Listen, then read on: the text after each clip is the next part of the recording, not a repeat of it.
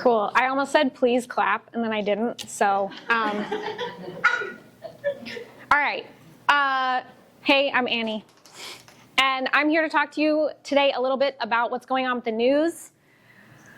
I think a lot of us have heard a lot of talk, and we are looking for some action. So I am hoping to provide you with some tangible steps that you can take today and some real information that's going to give you pragmatic, practical, realistic information about what's going on with our news environment.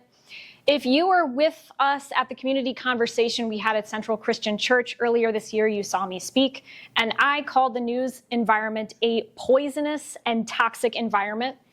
At the time, I was working in a campaign, so I was doing a campaign where I was running press for a group that was helping to pass a law that would prevent billionaires from preying on people's debt.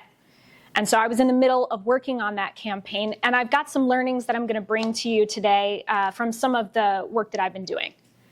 So first of all, we need to understand our information environment and how we got to this place. And I know there's a lot of words on here, but I'm going to break it down for you really quick. What's happening right now is very precedented in American history. In fact, since the 1970s, we have been marching towards this point where we watch the death of both local, national, and state journalism. But what's happened over the past 10 or 20 years is actually really important for you to know about. We begin in the 2010s with the capture of media by billionaires, in particular the acquisition of the Washington Post by Jeffrey Bezos in 2013. At the same time this is happening, other large media conglomerates are similarly capturing news organizations, gutting them, and laying everyone off. And this is happening with both news coverage, so journalists who are covering actual stories on the ground. It's also happening with meteorologists as well, which has become of serious concern to us late as we watch the stripping of funding for organizations that provide meteorological information to us, that tell us what the weather is going to be like if we need to figure out if there's a huge storm coming our way. And there is. 2015, we see metastasis. That is to say, we see spread.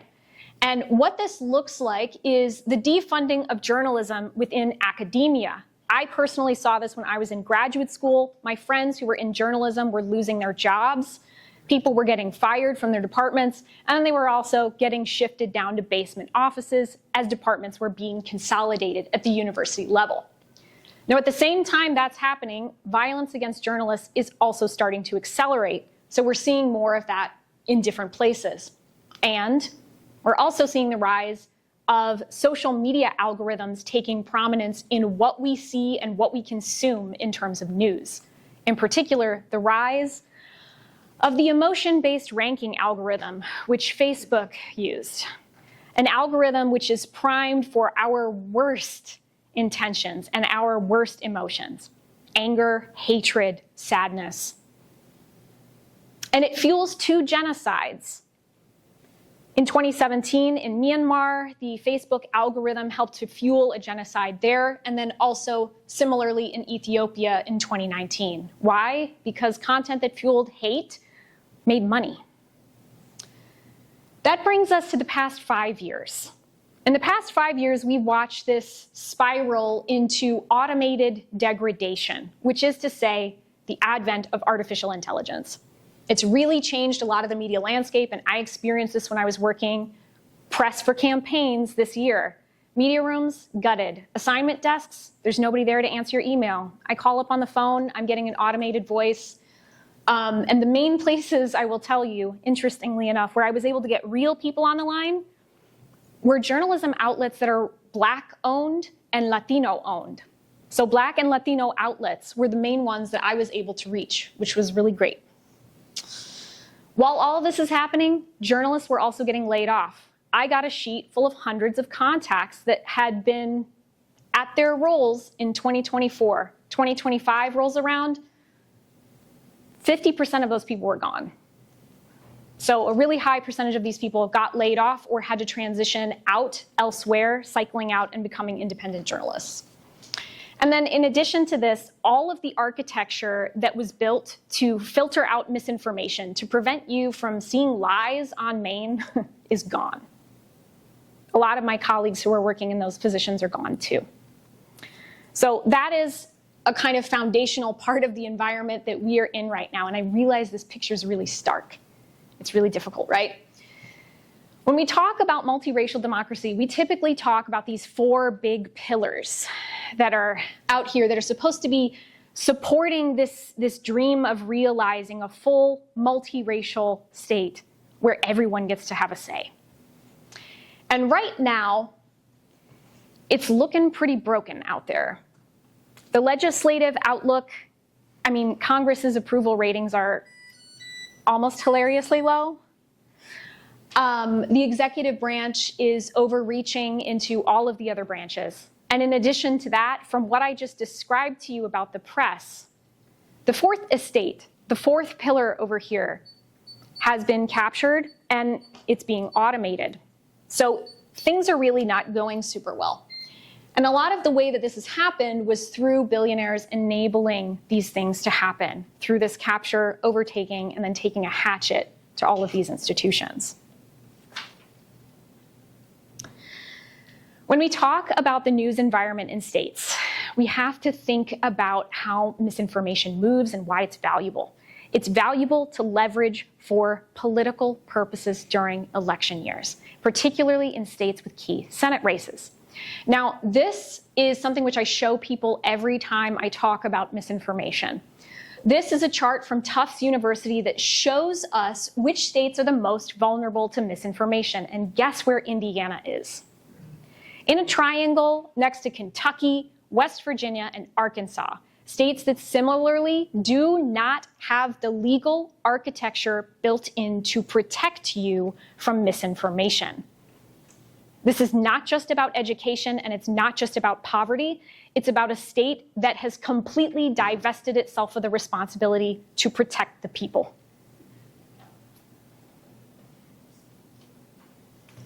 So where are people actually finding accurate information? And I have a handout for you all. I can send it via email. There are also printed copies of this, of sources that I personally use as someone who's an expert who does this work. And they're kind of from everywhere. I'm finding sources on TikTok. You've probably checked out stuff on Substack. Maybe you're listening to podcasts. Another thing that I'm seeing a lot of people around here doing is using news aggregator apps. An aggregator collects a bunch of different news stories together and will show you where they fall on a spectrum of political bias. And this can be kind of useful to you. It can be a great way for you to understand whether something's coming from a particular political bent. I do have a few concerns about that, though. And some of the journalists who I've spoken to before also have similar concerns, which is to say a lot of independent journalists, they aren't included in that. So a lot of the independent sources, the sources that are the closest to the information, have actually gotten pushed out a bit, and there's a lot of corporate media sources even on these apps. In addition to this, we're in this environment where Congress is currently trying to defund all of the public media. So PBS, NPR, WFYI, if you listen to public media here in Indiana, I don't know how long that's going to be around for you. And I can't guarantee that, which is another reason why it may be important for you to pivot towards viewing stuff from independent journalists. Now, what this looks like in practice is exactly what I said, podcasts and Substacks, but it's also about you talking to your friends. It's about that coffee conversation that you have with your friend where you're telling them, like, yeah, I saw a thing on PBS, or yeah, I saw a thing on Chalkbeat about what they're doing to the education system here in Indiana. Sharing that kind of information person to person, sharing a link with somebody, that is also one way that this all gets out and you're able to move information between people. The other thing, I don't know if you all know who Joy Ann Reid is, but Joy Reid, along with a lot of other broadcasters of color, was let go from her job at MSNBC. And so she had to pivot, and the way that she and other journalists at that level have pivoted is towards doing YouTube live streams. So you are now able to go and watch her on YouTube if that's something that you're interested in. And as I mentioned over here, there are other independent media sources that I highly recommend looking at. The reason why I talk about Black and Latino media is because what's happening to everyone happens to them first. Always. It has always been that way historically in the States. And as a former historian, that is part of what informs how I look at press and what I read. So you've heard the spiel before about mis and disinformation. You've heard a lot of stuff about this, I can guarantee. Misinformation, I mean, it's just common mistakes that we all make. Everyone at this point has circulated a story they thought was right, but it turned out it wasn't. And for a variety of reasons. It wasn't always, intentional. Disinformation, though, is political propaganda. It's designed to make you think a particular way to get a particular political outcome. And you've seen a lot of that, too. One of the biggest concerns that I have right now is with artificial intelligence and the way that I have seen this come into Indiana networks. So this is a post that the Free Black Women's Library rightfully kind of talked about and called out. This is a post showing 3 Black women, which this account, Hues and Culture, claimed to be Josephine Baker, Billie Holiday, and Dorothy Dandridge. The 3 most important Black women of the early 20th century, like super important to American history. And something that we might notice as we look at this picture is that actually that's not these women. All of their faces are the same. Their identities are being erased. They've been replaced with an artificially generated image that is empty, soulless, decontextualized, devoid of history. It's completely unconnected to anything. Memes are the main entry point where I see people in this community circulating artificial images, artificially generated text, and also artificially generated videos. So I really want to caution you against that, and I'm about to show you why.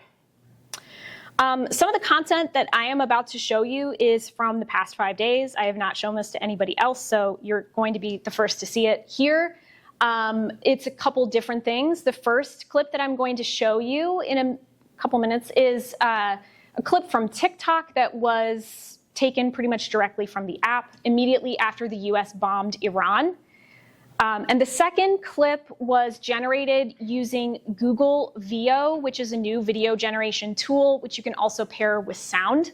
And I am going to be showing you these clips for very specific reasons, and we'll talk about that in just a moment. The reason why I advise organizations and people against using artificial intelligence when it comes to images, when it comes to text, is because it makes you look bad. And pretty much everyone who seems to have used this stuff, it's kind of flown back in their face in some very interesting and very problematic ways. These are just 3 such cases from the most recent election where artificially generated videos and images were used by right-wing candidates. And people knew that it was AI immediately. And that's actually one of the dangers of AI. A lot of people, particularly in the younger generation, already recognize this stuff. They know it's AI. We know that it's not real, but it's still out there in the environment and people are seeing it. So what does that do? It makes us feel like we can't trust anything we see, even though we're able to recognize some things, right? It makes trusting the information we see in front of us almost impossible. And some of the stuff that I'm about to show you is going to erode that even more. And what I am calling the stuff that we're about to see is slopaganda. This is artificially generated content, and it's prepared for very specific audiences. I will tell you the first video we'll see is prepared for audiences in the Midwest who are oftentimes primed for this type of content. One of the content pipelines that I saw this stuff coming from, unfortunately, here was through the churches in this area. And it's a really unfortunate thing and something for people to be very aware of. So we hit their nukes. Mission complete. Now it's time for peace. Matthew 5:9 says, "Blessed are the peacemakers." All right. Was everyone able to hear that? Yeah. Pretty much? All right. So as somebody who helped to prepare workshops for people to help them understand how you differentiate, how you identify a deep fake, how you identify a video or an image that's AI generated, I am having a hard time telling from looking at the quality of the video on this that this is. And the main way that I knew that it was propaganda was from the particular scripting that was going on. The use of cheering on the bombing of Iran, plus the Bible verse, plus the fact that it's a black woman who is speaking. Why? Because there was so much artificially generated propaganda during the election that featured black people. It's propaganda in blackface, and it's a very scary thing to see real and happening within 5 days of today. The next clip that I'm going to show you is similarly very disturbing. There's no sound to it. The image is not explicit. There's nothing like that to worry about. But it is an image of a local news broadcaster, which my colleague was able to generate extremely easily using a simple prompt for Google VO.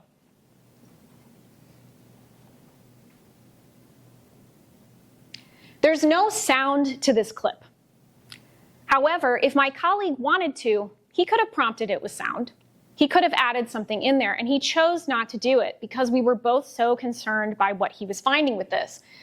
Now, as someone who has seen how effective a lot of artificial intelligence propaganda has been on people over the past year, y'all ain't going to be able to catch this. It's going to slide through. We've hit the point where there aren't multiple fingers, there aren't multiple hands anymore.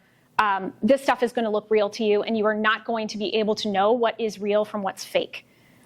And the reason why that is because Congress has completely failed to regulate this technology. They have allowed it to run roughshod over our communities, and now we are going to pay a price for that. And when you hear from people who are going to tell you, well, we are working on robust AI legislation, they're going to tell you that they are going to regulate deep fakes. And it's not going to be enough. Because they're also going to try and shove through things like the Kids Online Safety Act, which is extremely problematic. And if you talk to a lot of technological experts, they will tell you that particular act is not going to keep people safe online, especially children. And in this case, a clip like this one with a local news broadcast, when I was in graduate school, I used to teach students about how genocides started. I taught people about atrocity footage and violence. And one of the ways that you begin extreme forms of violence is through propaganda that people are unable to see through. You generate things that are super easy at a ground level and approachable, and then you add hate speech to it. Unfortunately, there would be a very easy way for them to scale this type of stuff, and I have really serious concerns about whether Google has implemented any safeguards whatsoever. Today, it could be a clip of local news. Tomorrow, it could be a clip of satellite footage that appears to show you a bombing happening somewhere. It's not clear. It's not clear. So they have to regulate this technology. And I think this is the other part of what I'm sort of trying to get at. Our organizing right now, we're really focused on elections, and that's super important. We're also focused on things like our basic civil rights. We need to include digital civil rights in that conversation. That means regulating artificial intelligence in a way that is common sense and is not just making stuff up that fits a particular partisan agenda, stuff that will actually keep people safe from this technology. And that's going to mean for us at the everyday level, if you hear a company telling you, we're going to make life easier for you, we're going to make things convenient for you, we're going to streamline your workflows, we're going to make it so easy for you and your small business to create videos that can help advertise your products. Don't buy it. Do not buy it.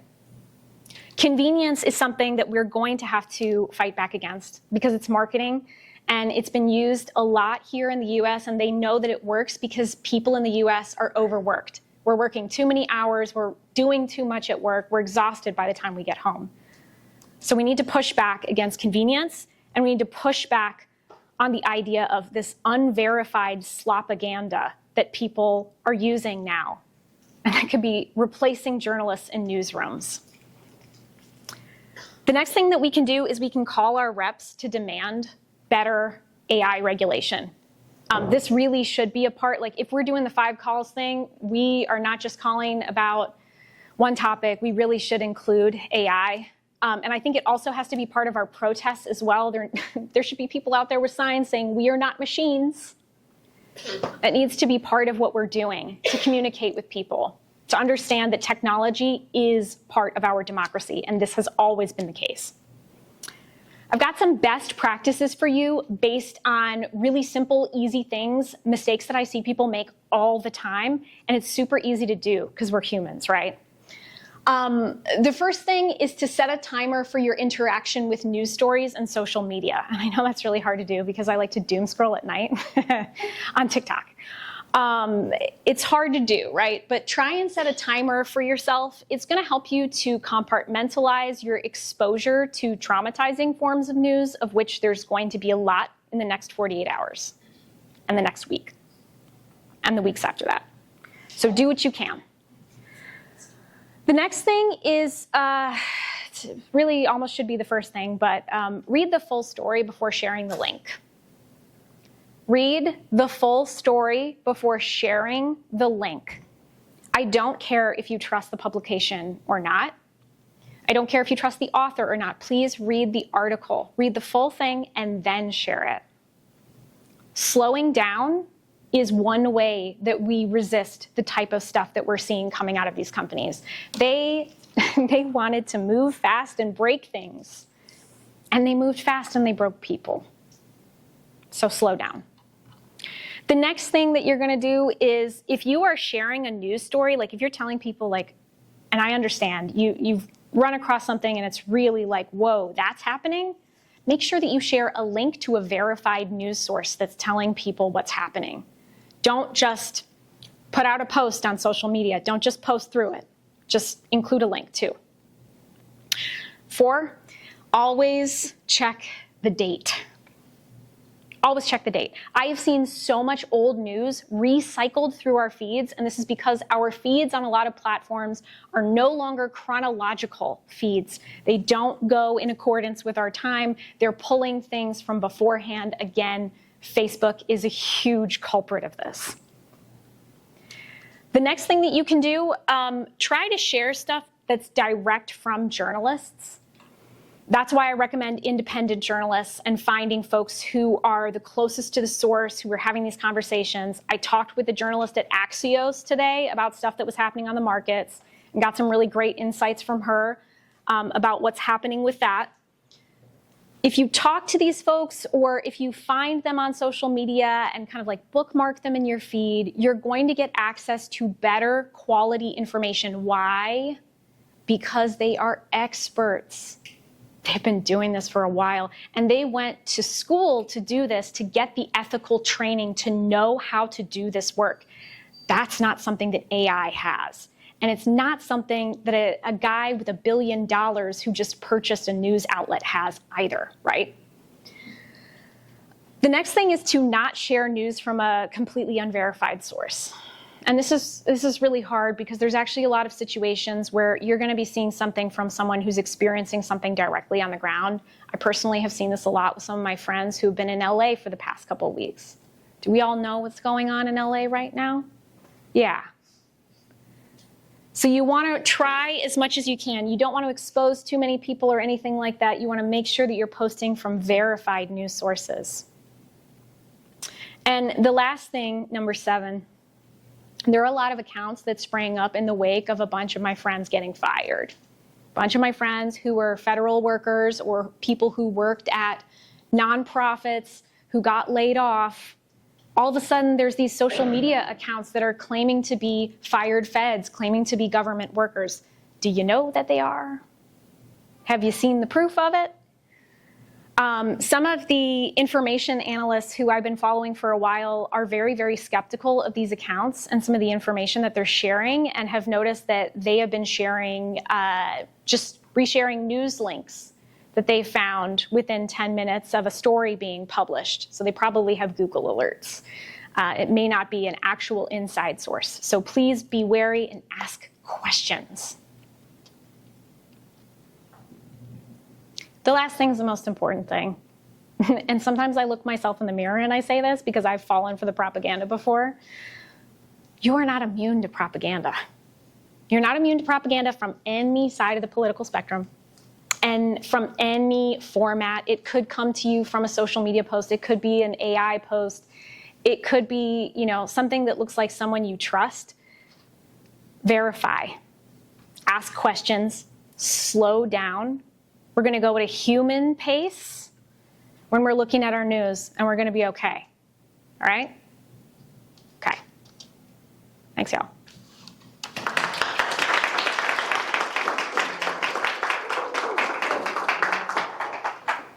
Thank you, ma'am.